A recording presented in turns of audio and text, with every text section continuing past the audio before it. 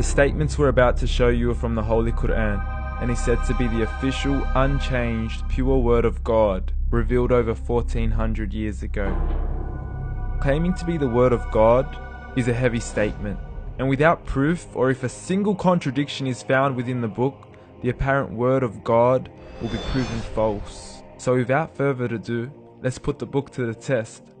In the 23rd chapter, titled The Believers, from the 12th to the 14th verses, God is said to give a detailed description of how the human being is formed.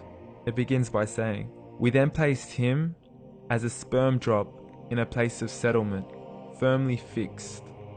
Then we made the drop into a علقه." We will translate this word very soon. "And then we changed the علقه into a lump.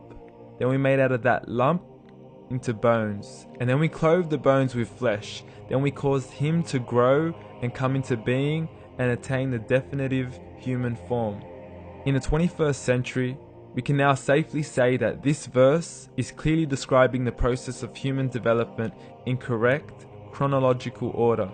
However, what we should be paying attention to in particular is the second stage, referring to the development of the embryo. The specific word used to describe the embryo in this verse is the word علقه. The word علقه, when translated into English, can mean three separate things. Firstly, a blood clot, or to be suspended, that is to be hanging or clinging to something, or thirdly and finally, a leech. Now, all three definitions don't come anywhere near what we perceive to be the human embryo.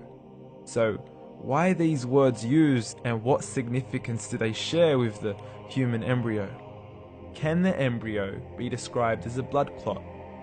Well, what do you think?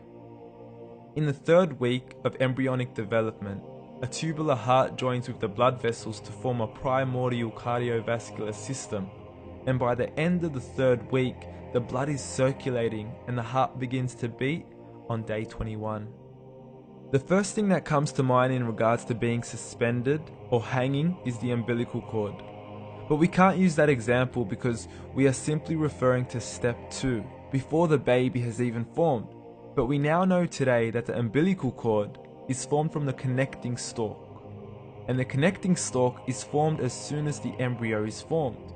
The embryo's connecting stalk has even been described by John Allen and Beverly Kramer as an object to suspend the developing embryo in the extra-embryonic column.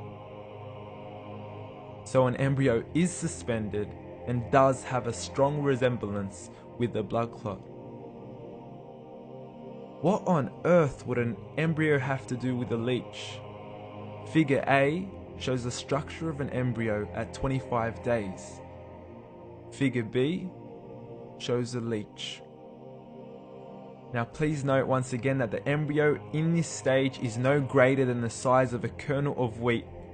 This is an X-ray of the embryo at 22 days. This is the internal structure of a leech. It's mind-blowing stuff, but you still haven't seen anything yet.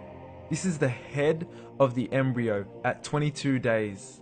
The detail you are seeing right now is absolutely impossible to be seen with the human eye and can only be seen with a microscope. This is the back end of a leech. There's no other words used to describe this other than mind-blowing. The pictures we have shown you are impossible to be seen with the human eye or even to be predicted by the human mind. Once again, the verses we have shown you were revealed over 1400 years ago to a man who couldn't read nor write. Are these the words of God? Descriptions of the human embryo in the Quran cannot be based on scientific knowledge in the 7th century.